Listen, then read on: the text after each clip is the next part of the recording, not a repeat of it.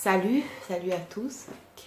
Aujourd'hui, je vais parler des gens qui ont des petits sexes. Donc, comment faire l'amour, comment bien faire l'amour si tu sais que tu as un petit sexe, comment bien manager, comment bien faire et comment commencer. Donc, la première des choses à faire quand tu sais que ton sexe n'est pas vraiment ça fait pas vraiment la taille et que tu veux vraiment satisfaire une femme. Donc, la première des choses à faire, c'est de communiquer. La communication, de savoir ce qu'elle aime, ce qu'elle veut. C'est la base et la meilleure des choses à faire. Si tu communiques avec la femme, elle va te dire ce qu'elle aime, ce qu'elle veut que tu fasses.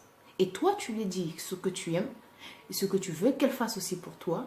En communiquant, il y aura, comment je peux dire, comme une complicité qui va vous aider à vous satisfaire. C'est-à-dire, elle va tout faire pour essayer de te satisfaire. Toi aussi, tu feras de ton mieux pour essayer de la satisfaire. Et à force de donner les deux, après, vous allez satisfaire. Vous allez vous satisfaire les uns les autres et ça sera bien, tout va bien se passer. La deuxième des choses, c'est éviter les lubrifiants. Pourquoi éviter les lubrifiants?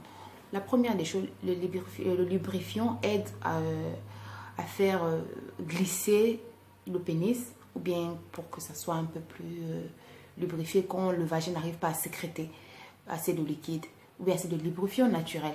Donc voilà pourquoi les gens utilisent le lubrifiant. Mais si tu sais que tu as un petit sexe, donc quand tu rentres déjà dans la femme, c'est comme si tu nageais déjà.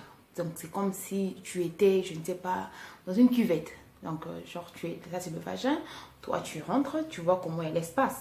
Alors quand tu utilises encore le lubrifiant, tu vas vraiment avoir l'impression que tu as, je sais pas, jeté un verre d'eau dans la mer. Donc ça veut dire que c'est rien, tu n'as rien fait. Donc ça va encore plus être, tu vas encore sentir que le vagin est encore plus gros, ou bien tu ne vas rien sentir quand vous allez faire l'amour, tu vas juste te plaindre, ou bien elle aussi ne va rien sentir de tout ce que tu vas faire.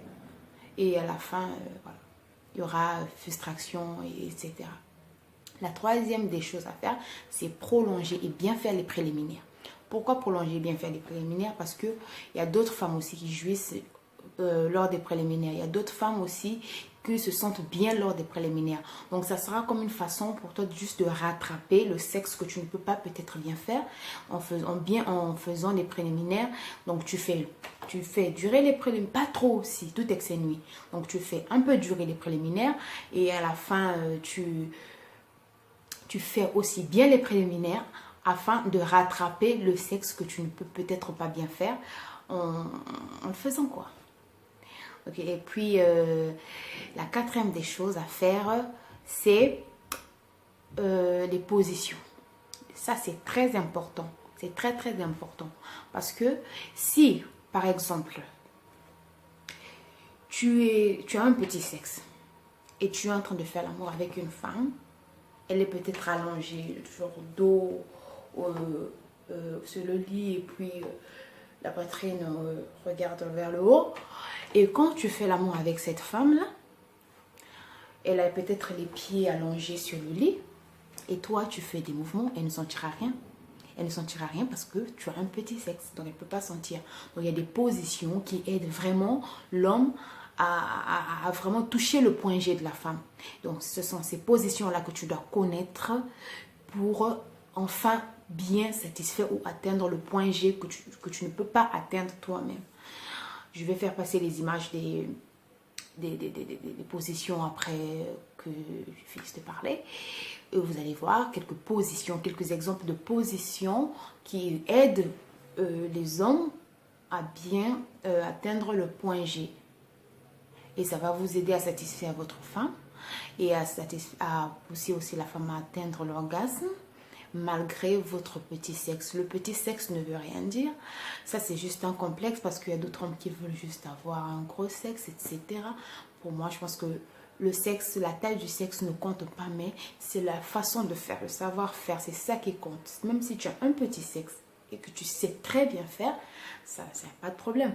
Mais tu peux aussi avoir un gros sexe et tu ne sais absolument rien faire. Tu ne sais pas comment t'en servir. Tu ne sais absolument rien faire. Alors là, ça c'est aussi un autre problème. Donc pour moi, la taille ne compte pas. C'est juste la façon de faire qui compte.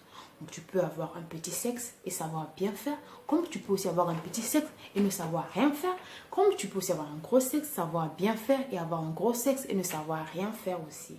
Donc tout dépend juste de la façon de faire et surtout la communication et les positions. Pour moi, je trouve que c'est très important, la communication et les positions. C'est ça vraiment qui aide la femme à se retrouver et l'homme aussi à se retrouver lors des rapports sexuels. Merci.